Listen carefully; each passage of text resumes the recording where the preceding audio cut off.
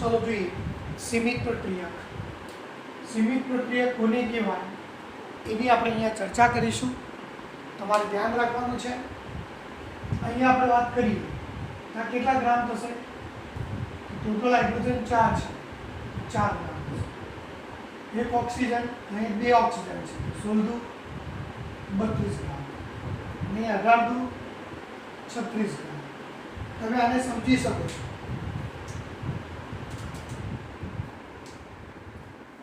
તમે આ વસ્તુને સરળતાથી સમજી શકો છો કે આ 4 ગ્રામ વપરાય તો આ 32 ગ્રામ વપરાય તો આ 36 ગ્રામ વપરાય.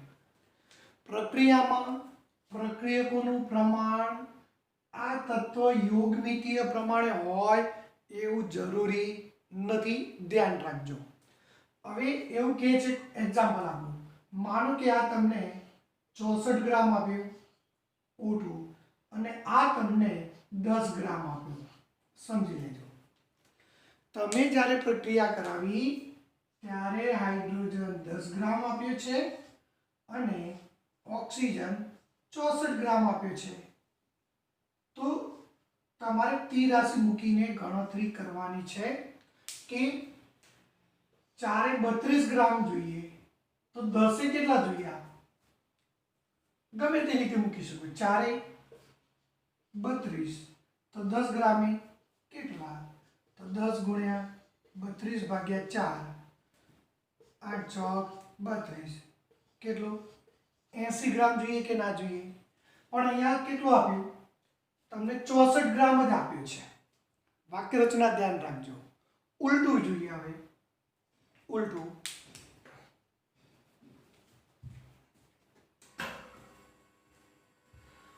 જોઈએ તો 32 ગ્રામ તો હાઇડ્રોજન કેટલું જોઈએ? ઓક્સિજન 32 ગ્રામ હોય તો હાઇડ્રોજન કેટલો જોઈએ? 4 ગ્રામ. પણ ઓક્સિજન કેટલો આપ્યો? 64 ગ્રામે કેટલું? તો 64 ગુણ્યા 4 ભાગ્યા 32. અહીંયા 4 દુ 8 ગ્રામ જોઈએ. સમજી લેજો. હકીકતમાં આ 64 ગ્રામ લો તો અહીંયા 8 જ ગ્રામની જરૂર પડશે. એનો મતલબ શું થયો કે હાઇડ્રોજન જરૂરિયાત કરતાં વધારે આપ્યું છે. કેટલું વધારે છે? તો 2 ગ્રામ વધારે છે. ધ્યાન રાખજો. તત્વ યોગમિતિના આધારે જાઓ તો 32 એ 4 ગ્રામ જોઈએ પણ અહીંયા 64 અને 10 આપ્યું તો 64 આ કેટલું જોશે? 8 જ ગ્રામ વપરાશે. સમજી લેજો વાક્ય રચના. આ 64 ગ્રામે 8 જ ગ્રામ વપરાશે. મતલબ શું થયું કે જરૂરિયાત કરતાં હાઇડ્રોજન વધારે છે. અને અહીંયા ઓક્સિજન શું લખી શકાય? જરૂરિયાત કરતાં ઓક્સિજન ઓછો છે. અને જે ઓછું પ્રમાણ હોય એના આધારે જ નિપજ બનશે. અહીંયા ઓછું જેનું પ્રમાણ છે ને સીમિત પ્રક્રિયક કહેવાય. શું કહેવાય? સીમિત પ્રક્રિયક. અને નિપજ બનવા માટે ખરેખર જવાબદાર કોણ રહેશે? સીમિત પ્રક્રિયક રહેશે. કારણ જરૂરિયાત કરતાં જથ્થો કેવો છે? વધારે છે. એટલે કે નિપજ જો આ 64 વપરાઈ જશે તો 8 ગ્રામ વપરાઈ જશે તો આ બનશે કેટલું? 72 ગ્રામ. વાક્ય રચના ધ્યાન રાખજો. ફરીથી સમજાવું આખો પ્રશ્ન. અહીંયા તમને હાઇડ્રોજન 10 ગ્રામ આપ્યું, ઓક્સિજન 64 ગ્રામ આપ્યું. એટલે 64 હોય તો આ કેટલો વપરાશે? 8 ગ્રામ વપરાશે. એનો મતલબ પ્રક્રિયાને અંતે 2 ગ્રામ બાકી રહેશે. આ પૂરેપૂરો વપરાશે. અહીંયા 8 ગ્રામ વપરાશે તો આ કેટલો બનશે?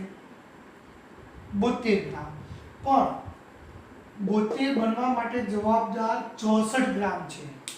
જેનું પ્રમાણ જરૂરિયાત કરતાં ઓછું હોય એને સીમિત પ્રક્રિયક કહે છે. તો નિપજ માટે જવાબદાર કોણ છે? સીમિત પ્રક્રિયક. ઓકે. તો સીમિત પ્રક્રિયકને આધારે તમારે નિપજની ગણતરી કરવાની છે.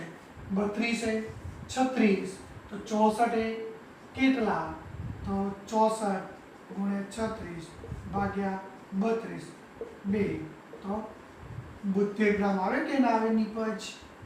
તો નિપજ બનવા માટે ખરેખર જવાબદાર કોણ છે? સીમિત પ્રક્રિયક છે. સીમિત પ્રક્રિયક એટલે શું? કે પ્રક્રિયકોનો જે જથ્થો તમે લીધો છે એમાં એક પ્રક્રિયક જરૂરિયાત કરતાં વધારે હશે તો બીજો પ્રક્રિયક જરૂરિયાત કરતાં ઓછો હશે, અને જે જરૂરિયાત કરતાં ઓછો હોય એને સીમિત પ્રક્રિયક કહેવાય, અને સીમિત પ્રક્રિયકને આધારે જ તમારે નિપજ બનતી હોય છે. જોઈએ અહીંયા આગળ હજુ બીજું એક્ઝામ્પલ સાથે એટલે તમને વધારે ખ્યાલ આવે. N2 plus 3s2 gives 2n2. જો ગ્રામને આધારે જઈએ તો 17 દુ 34 ગ્રામ, ટોટલ હાઇડ્રોજન 6 ગ્રામ. આ કેટલું બનશે? 14 15 16 17 17 દુ આ 14 દુ 28 ગ્રામ થયા, સોરી 14 દુ 28 ગ્રામ, આ 17 દુ 34 ગ્રામ થશે. જો હવે ગ્રામની જગ્યાએ કિલોગ્રામ પણ કરવાના, કારણ કે એક્ઝામ્પલમાં તમને આવું આપ્યું છે કે નાઇટ્રોજન 50 kg છે અને હાઇડ્રોજન 10 kg છે. તો આમાં સીમિત પ્રક્રિયક કયો એ તમારે શોધવું છે. તો અહીંયા જો 28 ની જગ્યાએ લખી દો 28 કિલોગ્રામ લખી શકો, બધાને કિલોગ્રામ કરી નાખો. 28 કિલોગ્રામ તો આ 6 કિલોગ્રામ જોશે, તો આ 34 કિલોગ્રામ બનશે. હવે 83 મૂકવાનું, N2 અને S2 28 જોઈએ તો આ 6 ગ્રામ જોઈએ. પેલો કેટલો આપે છે નાઇટ્રોજન? 50 કિલોગ્રામ. કેટલા? તો શું થશે? 50 ગુણ્યા 6 ભાગ્યા 28. આનો ગુણાકાર ભાગાકાર કરવાનો. એનો ગુણાકાર ભાગાકાર કરશો તો કેટલો આવશે એ આપણે જોઈએ. તો 10.71 કિલોગ્રામ જોશે. સમજી લેજો, 10.71 કિલોગ્રામ જોઈએ. એટલે એ આ શું કહેવા માંગે છે કે નાઇટ્રોજન જો 50 કિલોગ્રામ વપરાય, પણ અહીંયા તમને કેટલો આપ્યો? 10 કિલોગ્રામ જ આપ્યો, પણ આ 50 વપરાય તો હાઇડ્રોજન કેટલો જોઈએ? 10.71 કિલોગ્રામ જોઈએ. જો 50 એ કેટલો જોઈએ છે? 10.71 ગ્રામ. એનો મતલબ શું થયો કે જરૂરિયાત ખરેખર જરૂરિયાત કેટલી છે? 10.71 ની, પણ તમે લીધો છે કેટલો? 10. તો જરૂરિયાત કરતાં કેવો લીધો તમે? ઓછો લીધો. ફરીથી આ 28 એ 6 કિલોગ્રામ જોઈએ તો 50 એ 10.70 જોઈએ કે ના જોઈએ? આ 50 માટે હાઇડ્રોજન હકીકતમાં 10.71 કિલોગ્રામ જોઈએ 50, પણ તમને તો આપ્યો કેટલો? 10 જ. 10 આપેલો મતલબ શું? જરૂરિયાત કરતાં ઓછો આપ્યો. તો સીમિત પ્રક્રિયા કયો થશે? હાઇડ્રોજન થશે. તો આમાં લખવાનું હાઇડ્રોજન શું બનશે? સીમિત પ્રક્રિયક. હાઇડ્રોજન શું બનશે? સીમિત પ્રક્રિયક.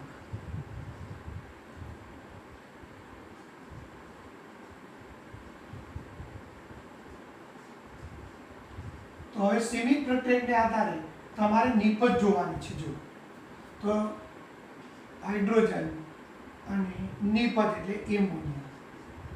હાઇડ્રોજન કેટલો? 6 કિલોગ્રામ. આ 64, સોરી 34. 6 એ 34 તો 10 એ કેટલા? 10 ગુણ્યા 34 ભાગ્યા 6 કેટલો થશે? 56.66 kg થશે. એટલે કે એમોનિયા કેટલો બનશે 56.66 કેજી બનશે. એટલે કે પાત્રમાં એમોનિયા કેટલો રહેશે 56.66 કેજી. પણ હવે આ જ રીતે તમને પૂછે કે નાઇટ્રોજન એ વધશે ને, કારણ કે જો આ જરૂરિયાત કરતા પ્રમાણ આનું કેવું છે ઓછું છે, તો આનું શું હશે જરૂરિયાત કરતા વધારે હશે. એ પણ જોઈએ અહીંયા. તો નાઇટ્રોજન હાઇડ્રોજન હાઇડ્રોજન એ 6 હોય તો પેલો 28, પણ તમને કેટલું આપ્યું 10 કિલોગ્રામ. એ કેટલા 28 ગુણ્યા 10 ભાગ્યા 6 ઉડાડો 14 3 140 ભાગ્યા 3 140 ભાગ્યા 3 કરો તો 4 તરી 12 2 6 તરી 18 2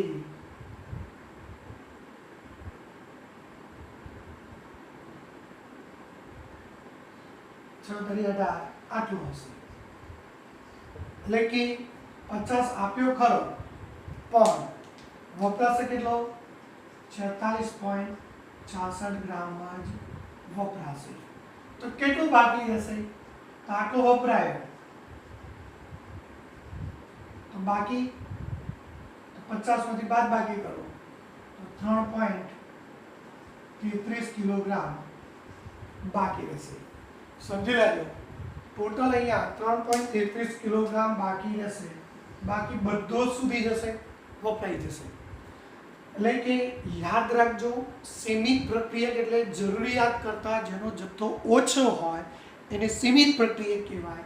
અને સીમિત પ્રક્રિયક નક્કી કરશે કે નિપજ કેટલી બનશે. પછી તમને એવું પૂછે કે પ્રક્રિયાને અંતે પાત્રમાં શું રહેશે, તો પ્રક્રિયાને અંતે પાત્રમાં 56.66 કિલોગ્રામ તો નિપજ હશે જ, અને સાથે સાથે 3.33 કિલોગ્રામ નાઇટ્રોજન પણ બાકી રહેશે. કેમ બાકી રહેશે?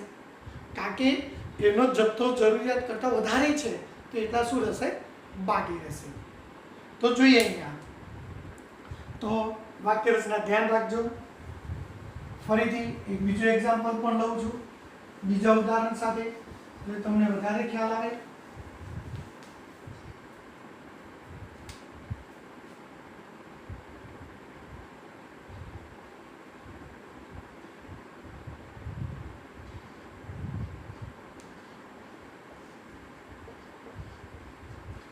C plus O2 gives CO2 આ 12 ગ્રામ, સોલ્યુ 32 ગ્રામ અને આ 44 ગ્રામ.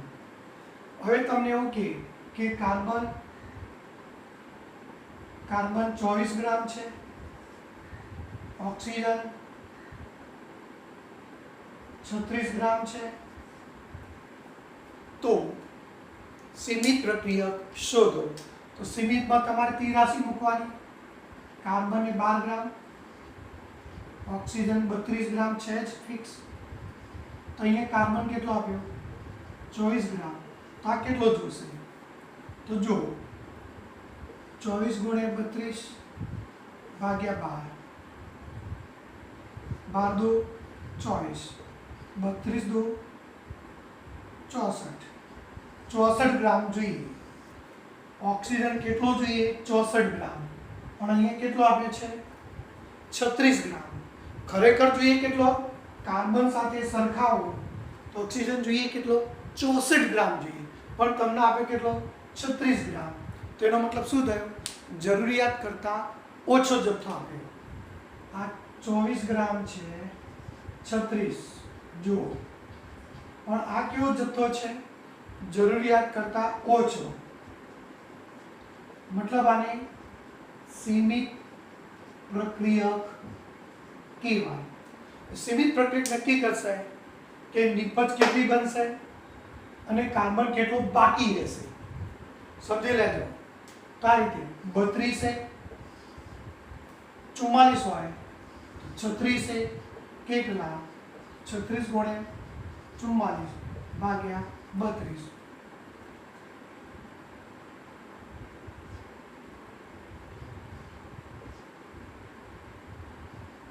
22, 11, 8, 4, 9, 14, 36, 4 એટલે 2, 11, 99 ભાગ્યા 2 એટલે કે 49.5 ગ્રામ બનશે. એટલે નક્કી કોણ કરે ભાઈ? સીમિત પ્રક્રિયક નક્કી કરે. ચલો આટલું બન્યું. હવે ઉલટું જાઓ તો આ 36 હોય તો આ કેટલો વપરાય? 32 આના આધારે ચણ છે તીરાશ ઉપર. શું લખવાનું? કાર્બન ઓક્સિજન 32 આ કેટલો વપરાય? 12 ગ્રામ. તો 36 કેટલો? તો 12 ગુણ્યા 36 ભાગ્યા 32 તો કેટલો વપરાય? 18 ગ્રામ વપરાય. એટલે આ વધારાનો જથ્થો હતો પણ વપરાશે કેટલો? 18 ગ્રામ. તો બાકી કેટલો રહેશે? બાકી 6 ગ્રામ બાકી રહેશે અંદર પાત્રમાં. તો આ રીતે પ્રક્રિયાને અંતે નિપજ કેટલી બનશે એ કોણ નક્કી કરશે? સીમિત પ્રક્રિયક. પ્રક્રિયાને અંતે બીજો પ્રક્રિયક કેટલો? જો સીમિત પ્રક્રિયક તો સંપૂર્ણ વપરાઈ જવાનો છે. પ્રક્રિયાને અંતે સીમિત પ્રક્રિયક સંપૂર્ણ વપરાઈ જશે. તો બીજો કેટલો રહેશે એ શોધવું હોય તો શોધી શકાય. આ રીતે એની ગણતરી ધ્યાનમાં લેવાની છે તમારે. અને કહીશું સીમિત પ્રક્રિયક.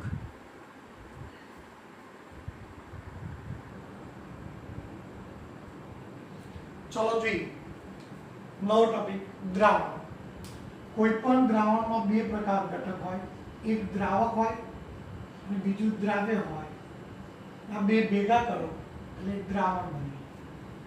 દ્રાવક અને દ્રાવ્ય. દાખલા તરીકે પાણી લીધું એમાં ખાંડ નાખી એટલે ખાંડ એ શું થશે? દ્રાવ્ય. પાણી એ શું થશે? દ્રાવક. અને બે ભેગા થશે એટલે શું બનશે? દ્રાવણ. પણ દ્રાવક કોને કહેવાય અને દ્રાવ્ય કોને કહેવાય તો એની વાત કરું તો જેનો જથ્થો વધારે હોય, જેનો જથ્થો જરૂરી યાદ રાખજો બંનેમાંથી જેનો જથ્થો વધારે હોય એને દ્રાવક કહેવાય અને જેનો જથ્થો ઓછો હોય એને દ્રાવ્ય કહેવાય. ઉદાહરણ આપું તમને. હવે 1 કિલો ખાંડ લીધી અને એમાં 2 ચમચી પાણી નાખું તો ખાંડ શું થશે? દ્રાવક થશે અને પાણી શું થશે? દ્રાવ્ય થશે. ખ્યાલ આવી ગયો? હવે બીજું ધ્યાન રાખજો. માનો કે મેં 100 ગ્રામ પાણી લીધું એમાં 20 ગ્રામ ખાંડ દ્રાવ્ય કરી તો દ્રાવણ કેટલું બનશે? 120 ગ્રામ બનશે. ખ્યાલ આવી ગયો? હવે તમને એવું પૂછ્યું હોય કે દ્રાવણમાં દ્રાવક 100 ગ્રામ છે, દ્રાવણ 120 ગ્રામ છે, દ્રાવક 100 ગ્રામ છે તો દ્રાવ્ય કેટલો થશે? તો તમે કહેશો કે 120 માંથી 100 જાય તો 20 ગ્રામ થશે. હવે ઉલટું પૂછે દ્રાવ્ય 20 ગ્રામ છે તો દ્રાવક કેટલો થશે? તો આ વિષયમાંથી બાદ કરો તો 100 ગ્રામ. તો આ રીતે યાદ રાખવાનું છે. દ્રાવક કોને કહેવાય, દ્રાવ્ય કોને કહેવાય, બે ભેગા કરો તો દ્રાવણ બને છે. એ તમારે ધ્યાન રાખવાનું છે. ખબર પડી ગઈ? તમને એવું પૂછે કે આ 500 ગ્રામ છે અને આ 40 ગ્રામ છે તો દ્રાવક કેટલું હશે? તો 500 માંથી 40 બાદ કરો તો 460 ગ્રામ હશે. તો આ વસ્તુ મગજમાં તમારે નાખવાની છે અને આને તમારે સમજવાનું છે. તો અહીંયા દ્રાવક, દ્રાવ્ય, દ્રાવણ કોને કહેવાય એની વાત કરી ગયા. પણ યાદ રાખજો જ્યાં પણ શબ્દ દ્રાવણ આવે ત્યાં સાંદ્રતા હોય. શું હોય? સાંદ્રતા. આપણે અહીંયા દ્રાવણની સાંદ્રતાની ચર્ચા કરવાની છે. હવે સાંદ્રતા કેટલી રીતે માપી શકાય એની વાત કરું તો જુઓ. W/W મતલબ વજનથી વજનની ટકાવારી. W/V વજનથી કદની ટકાવારી, V બાય V કદથી કદની ટકાવારી, V એટલે વોલ્યુમ, વોલ્યુમ એટલે કદ. ત્રીજું મોલારિટી, મોલારિટી, મોલાલિટી, મોલ અંશ અને નોર્માલિટી. ખ્યાલ આવી ગયો? એમ તો ફોર્માલિટી પણ આવશે, ppm પણ આવશે, પણ અહીંયા બંનેનો ઉલ્લેખ આપણે આ બુક્સમાં કરેલો નથી, એટલે આપણે આ બધા વિશે ચર્ચા કરવાની છે, કોઈ ટોપિક બાકી નથી રાખવાનો આ માટે. અહીંયા શોર્ટમાં લખી દીધું છે તમને ટકાવારી, એટલે ધ્યાન રાખજો. સૂત્રને યાદ કરવાના છે અને એ જે છે એના એકમ વિશે પણ તમારે ચર્ચા કરવાની છે, અને એનું અર્થઘટન, એ જે અર્થઘટન છે એ હું તમને સમજાવું છું. પહેલા એકવાર જોઈ લો. ચલો જોઈએ. હવે જો દરેક સૂત્ર પણ સમજાવીશ, સૂત્રની વ્યાખ્યા પણ સમજાવીશ અને એનું અર્થઘટન પણ સમજાવીશ. એ ત્રણ વસ્તુ તમારે યાદ રાખવાનું છે. પહેલું જોઈએ W બાય W, એટલે કે ઉપર દ્રાવ્ય માટે આવે દ્રાવ્યનું દર ભાગ્યા દ્રાવણનો દર ગુણ્યા 100. ઉપર દ્રાવ્ય આવશે, નીચે દ્રાવણ આવશે. યાદ રાખજો, દ્રાવણ અને દ્રાવ્ય, દ્રાવક ક્યારે આવે એ સૂત્રમાં ધ્યાન રાખવાનું છે. ચલો આનો 20% W બાય W નો અર્થ શું થાય? 20% W બાય W નો અર્થ શું થાય કે 100 ગ્રામ દ્રાવણમાં, ટકા હંમેશા 100 હોય ને આપણે ટકા 100 ગ્રામ દ્રાવણમાં 20 ગ્રામ દ્રાવ્ય છે. ધ્યાન રાખજો, 20% W બાય W નો અર્થ શું થાય? 100 ગ્રામ દ્રાવણમાં 20 ગ્રામ દ્રાવ્ય છે. તો આ દ્રાવણ આવ્યું, આ દ્રાવ્ય આવ્યું, તો દ્રાવક કેટલો થાય એ પણ તમે ગણતરીમાં ધ્યાન રાખવાનું છે. દ્રાવણમાંથી દ્રાવ્ય બાદ કરો એટલે આપણને શું મળશે? દ્રાવક મળશે. ખ્યાલ આવી ગયો? હવે તમને બીજો એક્ઝામ્પલ પણ લઈ લેવાનો.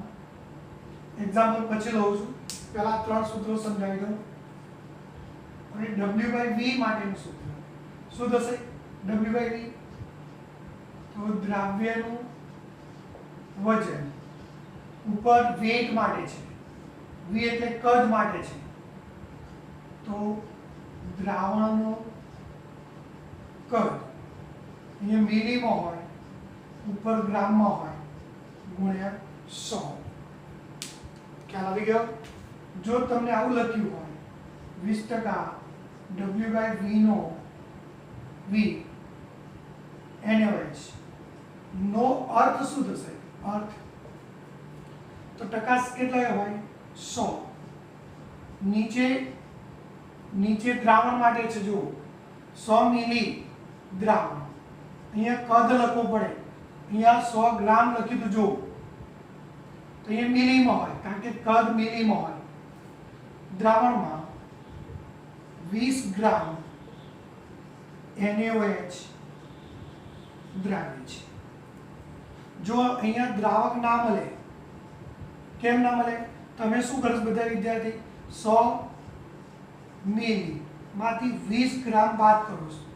દ્રાવણમાંથી દ્રાવ્ય, અને દ્રવ્ય કહેવાય, પણ આ મિલી છે અને આ ગ્રામ છે, સરખા એકમની જ બાદ બાકી થાય. ધ્યાન રાખવાનું છે, સરખા એકમની જ બાદ બાકી થાય.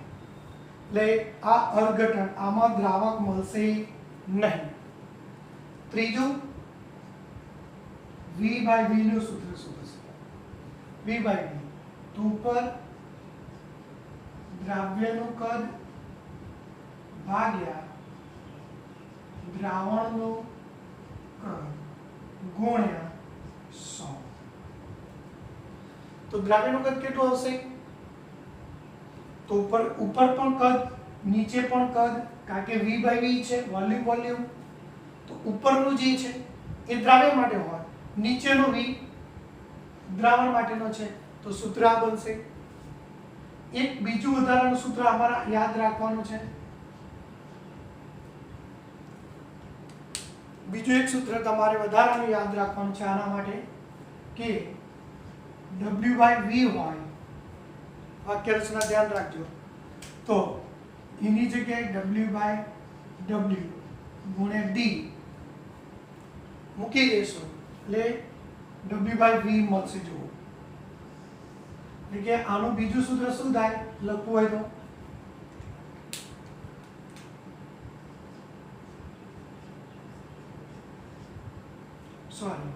D થઈ ગયું સૂત્ર. તો D એટલે ઘનતા છે, એ ધ્યાનમાં લેવાનું છે. પહેલા 3 સૂત્રો જોઈ લો, ત્યારબાદ આપણે આ 3 સૂત્રના દાખલા પણ જોઈએ.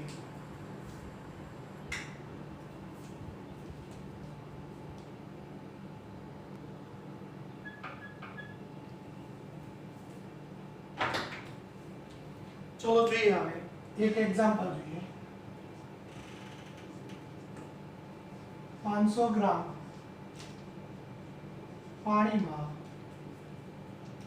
40 ગ્રામ NaOH દ્રાવ્ય કરતા દ્રાવણની W/W શોધો. વજનથી વજનની ટકાવારી શોધો. તો W/W નું સૂત્ર શું હતું? ઉપર દ્રાવ્યનું દર ભાગ્યા દ્રાવણનું દર ગુણ્યા 100. ચલો, દ્રાવ્ય કેટલો છે ઉપર? NaOH દ્રાવ્ય. તમારે દ્રાવણનું કદ આપ્યું છે કે દ્રાવક આપ્યું એ જોવાનું. જો તમે અહીંયા 500 ગ્રામ પાણી, 500 ગ્રામ પાણી છે, એટલે પાણી એકલું હોય તો એને દ્રાવ્ય કહેવાય. શું બોલાય? દ્રાવ્ય, સોરી, દ્રાવક કહેવાય. અને NaOH આપી જુઓ કેટલો આપ્યો? 40 ગ્રામ. તો આ દ્રાવ્ય છે. તો અમારે સૂત્રમાં શું જોઈએ છે? દ્રાવણનો દર જોઈએ છે. દર કહો કે વજન એક જ કહેવાય. તો દ્રાવણ કરવું હોય તો બંનેનું શું કરવું પડે?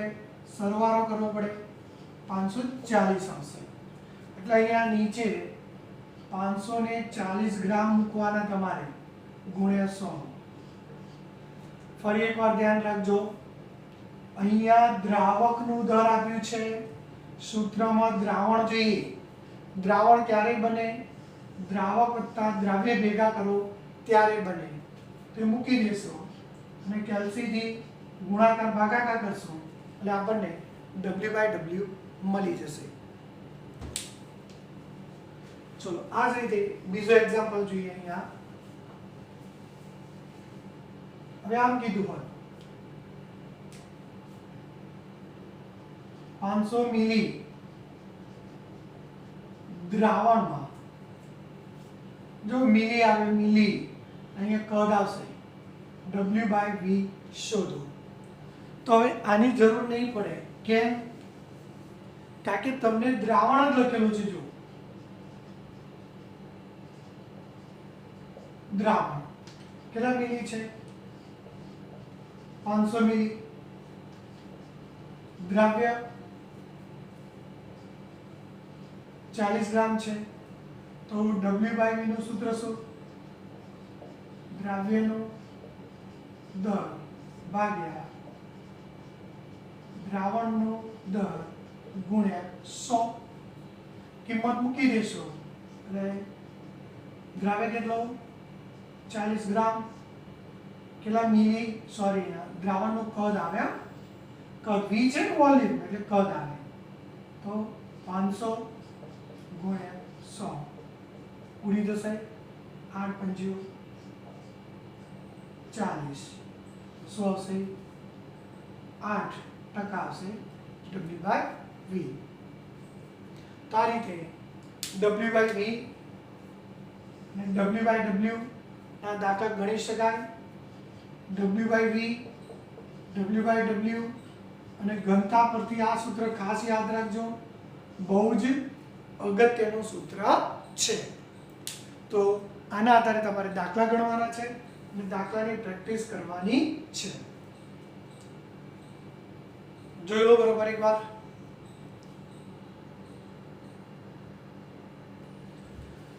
ચલો જોઈએ હવે મોલ અંશ. મોલ અંશમાં ધ્યાન રાખવાનું છે મિત્રો, મોલ અંશ શોધવા માટેનું સૂત્ર શું થશે? ઘટકના મોલ ભાગ્યા કુલ મોલ, એટલે આપણને મોલ અંશ મળશે. મોલ અંશની વેલ્યુ 0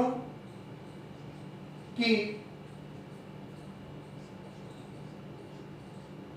1 ની વચ્ચે હોય. 0 પણ હોઈ શકે, 1 થી વધારે પણ હોઈ શકે, 1 થી ઓછું પણ હોઈ શકે, પણ માઈનસ પણ ના હોય અને 1 થી વધારે મોલ અંશ હોઈ શકે નહીં. તો મોલ અંશને સમજતા પહેલા તમારે શું સમજવું પડે? મોલ સમજવું પડે. શું સમજીશું? મોલ. તો મોલ શોધવાનું સૂત્ર તમને ખબર છે, મોલ બરાબર વજન ભાગ્યા અણુભાર થશે. એક એક્ઝામ્પલ આપું છું, ધ્યાન રાખજો. 90 ગ્રામ પાણીમાં 44 ગ્રામ NaOH દ્રાવ્ય કરતા ઘટકોના મોલ અંશ શોધો. ધ્યાન રાખજો, અહીંયા બે ઘટક છે, અહીંયા બે ઘટક, એક પાણી છે. પાણી કેટલું છે? 90 ગ્રામ. બીજો કોણ છે? NaOH. કેટલો છે? 40 ગ્રામ લખો, 40 ગ્રામ છે. હવે સમજવાનો પ્રયત્ન કરજો. બે જ ઘટકો છે, પાણી છે અને NaOH, બે જ ઘટકો છે. તો હવે બે ઘટકોના બંનેના મોલ અંશ શોધવાના. જુઓ, જેટલા ઘટકો છે, પાણી પણ ઘટક છે, NaOH પણ ઘટક છે, તો પાણીના મોલ અંશ શોધવાના અને NaOH ના પણ મોલ અંશ શોધવાના. કઈ રીતે એની આપણે હું વાત કરું, ધ્યાન રાખજો.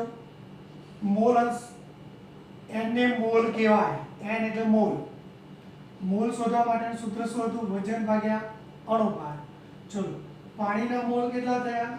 પાણીના મોલ NH2 એટલે પાણીના મોલ. તો વજન કેટલું છે પાણી? 90 ગ્રામ. પાણીનો અણુભાર કેટલો? H2O નો અણુભાર 18 થાય. 18 પંચા 90. ચલો, એ જ રીતે NaOH ના મોલ શોધવા છે. કોના શોધીશું? NaOH. તો NaOH નું વજન કેટલું? 40 ગ્રામ. પણ NaOH નો અણુભાર શોધવો હોય તો જો, સોડિયમ, એક ઓક્સિજન, એક હાઇડ્રોજન. સોડિયમનો 23, 16, 1 કેટલો થયો ટોટલ? 40 આવશે. જુઓ, તો NaOH નો અણુભાર કેટલો થયો? 40. તો કેટલા મોલ? 1 મોલ થશે. હવે કુલ મોલ શોધવા છે. કુલ મોલ એટલે બંનેનો સરવાળો. તો કેટલા થશે? 6 મોલ. હવે કોના મોલ અંશ શોધવા છે? H એટલે મોલ અંશ. કોના શોધવા છે? H2O ના શોધવા છે. તો H2O તો શું? ઘટકના મોલ. તો H2O ના મોલ કેટલા? 5. કુલ મોલ કેટલા? 6. ભાગાકાર કરશો એટલે તમને મળશે.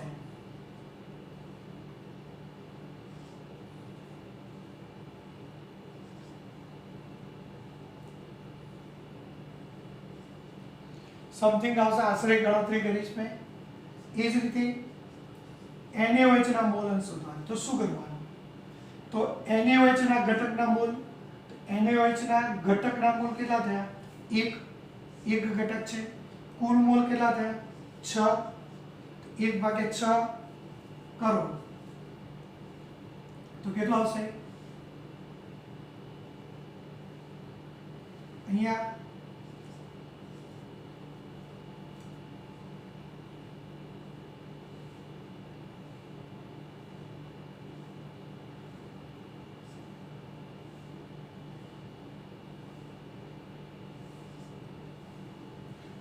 આ રીતે આવશે. જો બંનેનો સરવાળો 1 થાય જ, જેટલા મોલ અંશ હોય એનું ટોટલ કરો ને એટલે 1 થાય ને થાય જ. જો આ તમારે ડાયરેક્ટ શોધો તો પણ શોધી શકો. 1 માંથી આને બાદ કરી દો તો NaOH મળી જશે. તો આ રીતે મોલ અંશ શોધી શકાય. મોલ અંશ મતલબ ઘટકના મોલ ભાગ્યા કુલ મોલ. તો મોલ પહેલા શોધતા આવડવા જોઈએ. તો મોલ માટે વજન ભાગ્યા અણુભાર. હવે મોલ કઈ રીતે શોધવાના? તો વજન ભાગ્યા અણુભાર, H2O ના મોલ, વજન ભાગ્યા અણુભાર, NaOH નો અણુભાર 40, એક કુલ મોલ. H2O નો શોધો તો 5/6, NaOH ને કે તો 1/6. તો આ રીતે મોલ અંશ શોધી શકાય. આવો એક્ઝામ્પલ બીજો પણ આપું છું તમને એટલે વધારે ખ્યાલ આવે. જોઈએ અહીંયા એવું કીધું છે કે 98 ગ્રામ H2SO4 છે અને 18 ગ્રામ 36 ગ્રામ પાણી છે. તો ઘટકના મોલ અંશ શોધો. જોઈએ અહીંયા પહેલું જ મોલ માટે પહેલા આપણે જોઈ લેવાનું કોણ આપ્યું H2SO4 કેટલો છે 98 ગ્રામ, H2O કેટલો છે 36 ગ્રામ. આ બંનેના અણુભાર આવડતા હોવા જોઈએ. H2O નો અણુભાર કેટલો છે 18 અને H2SO4 નો કેટલો થાય તો 2 હાઇડ્રોજન 1 સલ્ફર અને 4 ઓક્સિજન. તો 2 એકા 2 32 16 64 ટોટલ 98 થાય. કેટલો થશે 98. હવે આપણે પહેલા કોના શોધીએ H2SO4 ના મોલ. H2SO4 એનું વજન કેટલું 98, એનો અણુભાર પણ કેટલો 98, 1 મોલ થયો. પાણીના મોલ શોધો. પાણીના મોલ એટલે વજન ભાગ્યા અણુભાર. વજન કેટલું 36, H2O નો અણુભાર કેટલો 18, 2 આવ્યો. નીચે શું કરવાનું કુલ મોલ બરાબર 3 થશે. હવે જેના પણ તમારે મોલ અંશ શોધવા હોય, માનો કે H2SO4 ના શોધવા છે તો શું થશે? તો H2SO4 એટલે કે ઘટકના મોલ ભાગ્યા કુલ મોલ કરશો એટલે આપણને 33 મળશે. હવે H2O ના શોધવાની બે રીત, કાં તો 2/3 કરો, કાં તો આને 1 માંથી બાદ કરી દો. 2/3 બરાબર 0.66 આ રીતે આવશે. તો આ રીતે આપણે મોલ અંશ પણ શોધી શકાય. એટલે 4 સૂત્ર જોઈ ગયા. ટોટલ કેટલા જોયા? 4. ચારે 4 યાદ હોવા જોઈએ અને તમારે યાદ રાખવાના છે. બરોબર? એટલે જો અહીંયા બે જ ઘટક હતા તો બંને ઘટકનો સરવાળો એટલે અહીંયા કંઈક આમ લેવાનું.